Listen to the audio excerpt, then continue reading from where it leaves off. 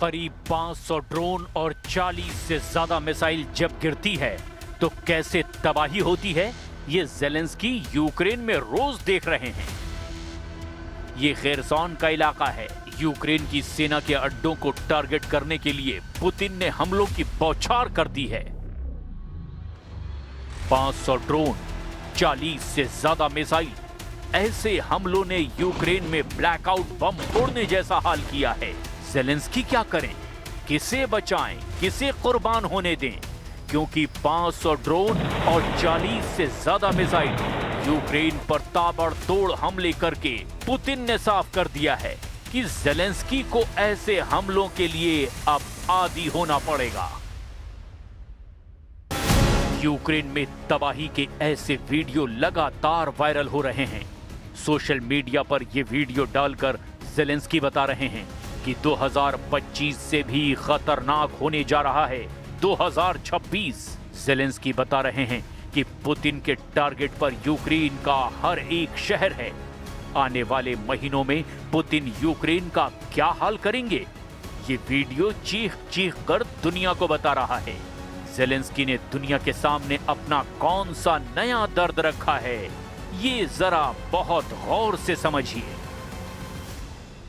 Цієї ночі росіяни били в тому числі по об'єктах, від яких залежить робота атомних станцій. Це небезпека і для України, і для всього нашого регіону, і для Європи. Сьогодні блоки наших українських атомних станцій зменшили генерацію, один блок.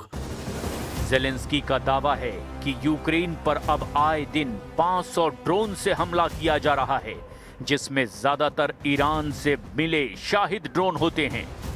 Zelensky का दावा है कि पुतिन लगातार मिसाइलों से अटैक कर रहे हैं।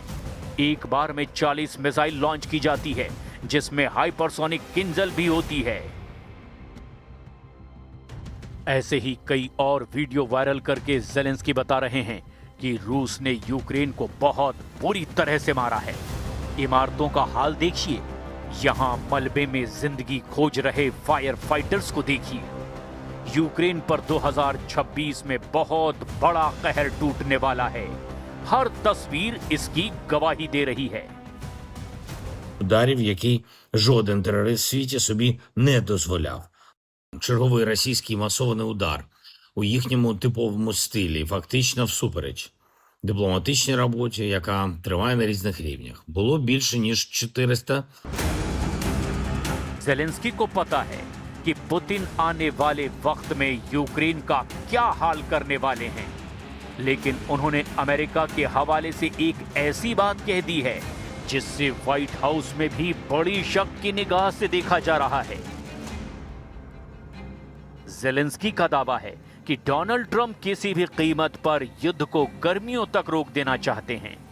ज़ेलेंस्की का दावा है कि ट्रंप जून 2026 में युद्ध को खत्म करने के लिए समझौता करना चाहते हैं और इसके लिए अमेरिका चाहता है कि बातचीत की समय सीमा रखी जाए। ज़ेलेंस्की ने दावा किया है कि अगर जून तक समझौता नहीं हुआ तो अमेरिका, रूस और यूक्रेन दोनों देशों पर दबाव बना सकता है। हाल ही में अमेरिका की मध्यस्थता में अबू धाबी में यूक्रेन, रूस और अमेरिका के बीच बातचीत हुई थी, लेकिन इसमें किसी बड़े मुद्दे पर आम राय नहीं बन पाई। यहां की जमीन किसके पास रहेगी, यानी जमीन का बंटवारा और यूक्रेन की सुरक्षा की गारंटी, ये ऐसे मुद्दे हैं जो उलझे हुए हैं और इस दौरान पुतिन अपने यूक्रेन बंटवारे वाले मिशन पर तेजी से आगे बढ़ते जा रहे हैं। शाहिद ड्रोन का अटैक नंबर 1। शाहिद ड्रोन का अटैक नंबर 2।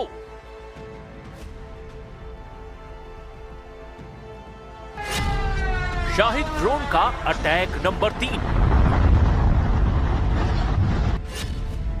शाहिद ड्रोन का अटैक नंबर 4।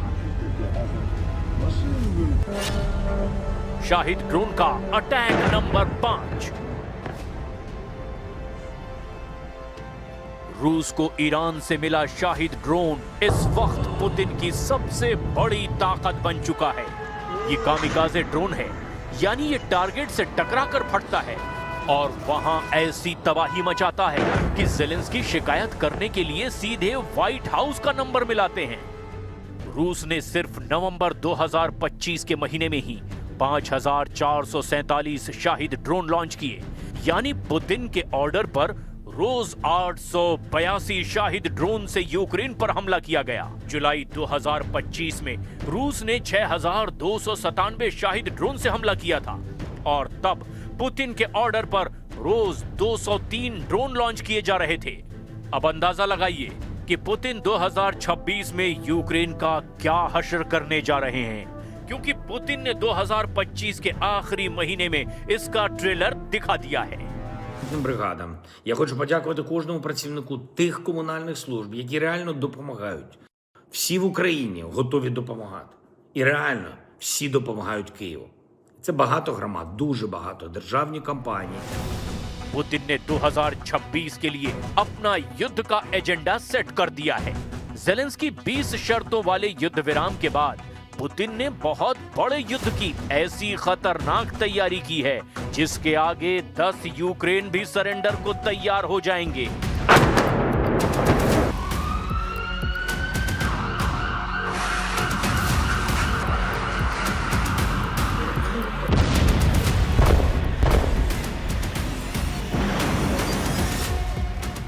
पुतिन ने कहा कि रूस ने अपने हथियारों के उत्पादन में 22 गुना तक इजाफा किया है।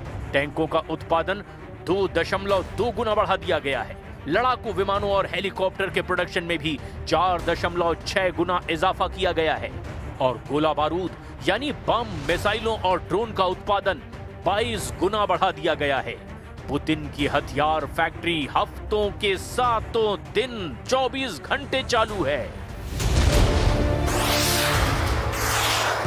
रूस अब पूर्वी डॉनबास पर पूरी तरह से कंट्रोल चाहता है। पुतिन बार बार बता रहे हैं कि डॉनबास से कम पर कुछ भी उन्हें मंजूर नहीं होगा, लेकिन ज़ेलेंस्की इस पर राजी नहीं है। वहीं ज़ापोरिज़िया न्यूक्लियर प्लांट पर कंट्रोल को लेकर के भी डील नहीं हो पाई। यूरोप का ये सबसे बड़ा परमाणु प्लांट अभी भी रूस के कब्जे में है और वो इस पर कब्जा बरकरार रखना चाहता है। लेकिन ज़ेलेंस्की युद्ध शांत करने की बजाय युद्ध भड़काने वाला काम कर रहे हैं। रूस को शक है कि ज़ेलेंस्की के ही इशारे पर उनकी खुफिया एजेंसी GRU के deputy commander lieutenant general Vladimir Alekseyev की हत्या की गई है। जनरल एलेक्सेव के कातिल को दुबई में गिरफ्तार किया गया है और अब रूस में उसके जरिए कमांडर के कत्ल के मास्टरमाइंड तक पहुंचने की कोशिश होगी। Подтвердил нацеленность режима Зеленского на постоянные провокации, нацеленные, в свою очередь, на срыв переговорного процесса. सवाल ये है कि कौन चाहता है कि युद्ध और लंबा खींचे। अभी अबू धाबी में हुई बातचीत के बाद रूस और यूक्रेन ने एक दूसरे के करीब 150 सैनिकों को छोड़ा है।